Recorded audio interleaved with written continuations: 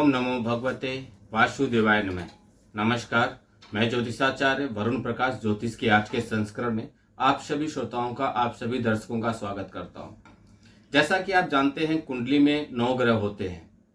9 ग्रहों की अपनी कुछ स्वभाव है। कभी कभी उच्च का ग्रह भी नीच का परिणाम देता है, क्योंकि उनकी दृष्टि जहां पड़ रही है वहां उनका कोई विरोधी ग्रह है, जिससे उनकी संधि नहीं होती, दोस्ती नहीं है। किसी के साथ युक्ति ऐसी हो जाती है जो वहां परिणाम खराब निकलने लगता है। गलत घर में किसी ग्रह का बैठ जाना वह भी गलत होता है। ऐसे बहुत कारण है, बहुत वजह है जिसके वजह से समस्याएं आती हैं। तो अक्सर ज्योतिषाचार्य लोग बताते हैं कि आप ग्रह की शांति का उपाय कीजिए, या यह रत्न पहनिए, या यह अंगूठी पहनिए, इससे आपको लाभ मिलेगा। ग्रहों के खराब होने की वजह से, ग्रहों की स्थान खराब होने की वजह से हम उपाय करते हैं और उन चीजों को धारण करते हैं, या और भी छोटे छोटे उपाय हैं जिससे करके हम उस ग्रह के नकारात्मक प्रभाव को सकारात्मक करके और अच्छे परिणाम प्राप्त कर लेते हैं। आपने सुना होगा, बहुत लोग इन्होंने ये अंगूठी पहनी और चमत्कार हो गया उनके साथ, क्योंकि उन्होंने वो सही ज्योतिषाचार्य के पास गए, किसी ढोंगी ज्योतिषाचार्य के पास नहीं गए, और जाने के बाद उन्होंने सही मार्गदर्शन प्राप्त किया, सही नियम के साथ उस चीज का पालन किया और उसका प्रभाव और परिणाम सकारात्मक मिला और उनको सफलता मिलने लगी। समाज में आजकल ज्योतिषाचार्य बहुत हो गए हैं। जैसे एक समय झोला छाप डॉक्टर हुआ करते थे, ऐसे आजकल ज्योतिषाचार्य बहुत हो गए हैं। ज्योतिषाचार्य का चुनाव करना, सही ज्योतिषाचार्य का चुनाव करना इस समय बहुत कठिन हो गया है, क्योंकि किसी के चेहरे से तो ये नहीं समझ में आता कि इसको ज्ञान कितना है या कितना हमको मार्गदर्शन करेगा। बहुत ऐसे ज्योतिषाचार्य से मैं भी मिलता रहता हूं जो मेरे पास आते हैं अपने लिए कुछ समाधान ढूंढने के लिए, और मैं उनको बोलता हूं आप तो खुद ज्योतिषाचार्य है कैसे? तो वो कई लोग तो ईमानदारी से बोल देते हैं कि हम अल्प ज्ञान करके अपना सिर्फ व्यवसाय चला रहे हैं। इससे समाज में नकारात्मकता फैलती है। जो लोग ईमानदारी से अपनी समस्याओं के लिए लड़ते हैं, जूझते हैं, उनकी समस्याएं और गंभीर हो जाती हैं। आप लोग की वजह से वो और मुसीबत में फंस जाते हैं। अगर आपके पास नहीं है पूरी जानकारी तो पूरी बातें मत बताइए, जितना आपको जानकारी है उतनी बातें बताइए, लेकिन गलत किसी को मत कीजिए, गलत सलाह किसी को मत दीजिए, गलत उपचार या गलत व्यवस्था मत कीजिए। हमेशा सही कीजिए, सच का साथ दीजिए। सच से ही आपका उद्धार होगा, समाज में कल्याण होगा और चीजें आगे बढ़ेंगी। धर्म को, सनातन को, किसी भी चीज को, किसी भी धर्म को गलत नहीं कीजिए। तो 9 ग्रहों में सभी ग्रहों के शांति के लिए बहुत तरह के उपाय हैं। इसी सिलसिले में आज मैं चर्चा करूंगा शुक्र ग्रह के बारे में। शुक्र ग्रह को वैदिक ज्योतिष में बहुत लाभदाता ग्रह कहा गया है। यह प्रेम, जीवन साथी, सांसारिक वैभव, प्रजनन और कामुक विचारों का कारक है।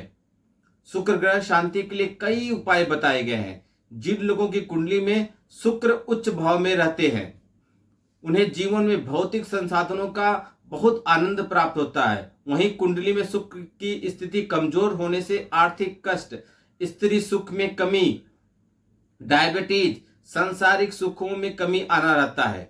ज्योतिष में शुक्र ग्रह शांति के लिए दान, पूजा पाठ, रत्न धारण किए जाते हैं। शुक्र से जुड़े इन उपायों में शुक्रवार का व्रत, दुर्गा सप्तमी का पाठ, चावल और श्वेत वस्त्र का दान करना बहुत अच्छा विधान है। अगर आपकी कुंडली में शुक्र की स्थिति कमजोर है तो इन उपायों के आप अवश्य कीजिए। इन कार्यों को करने से शुक्र ग्रह से शुभ फल की प्राप्ति होती है और अशुभ प्रभाव दूर होने लगता है। अब मैं आपको उपाय बताऊंगा, बहुत करीब 8 से 10 उपाय बताऊंगा। आप जो भी हो, बहुत छोटे छोटे साधारण उपाय भी बताऊंगा। सबसे पहला उपाय, वेशभूषा आप बदलिए अपनी, या जीवन शैली से कुछ परिवर्तन करके शुक्र ग्रह की शांति का उपाय कर सकते हैं।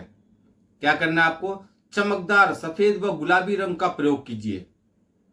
प्रीतम एवं अन्य महिलाओं का सम्मान कीजिए। यदि आप पुरुष हैं तो अपनी पत्नी का आदर कीजिए।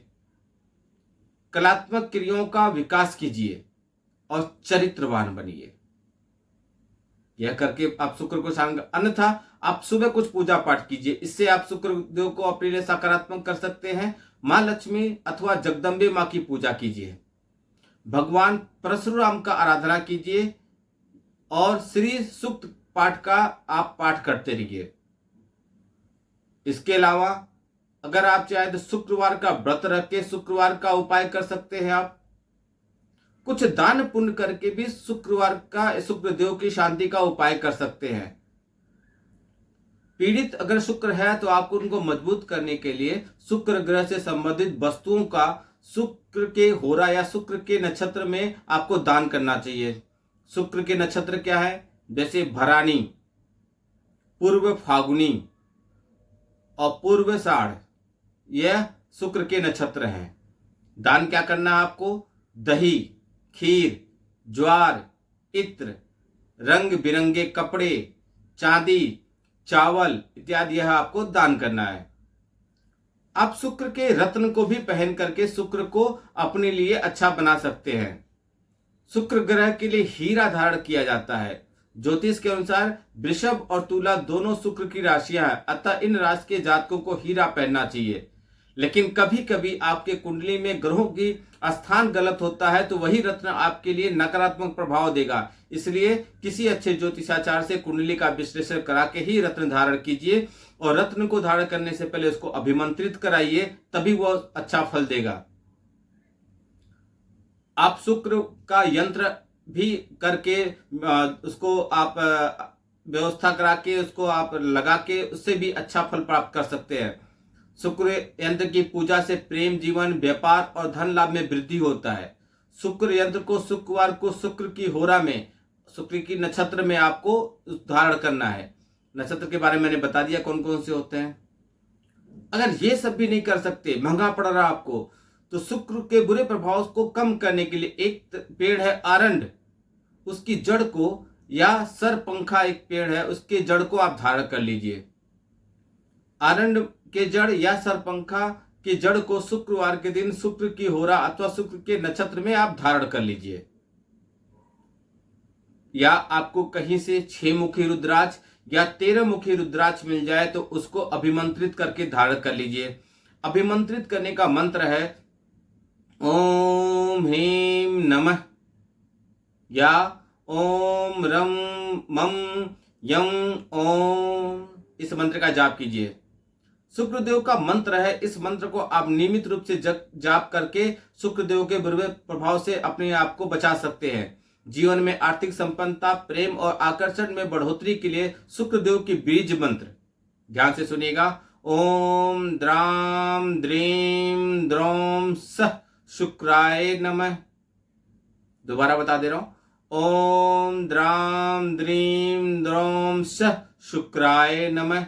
इस मंत्र का उच्चारण करने से आपको भी शुक्रदेव से फल मिलेगा। इस मंत्र को अगर आप सिद्ध कर लेते हैं तो जीवन में शुक्र की सारी आपको खुशियां मिल जाएंगी।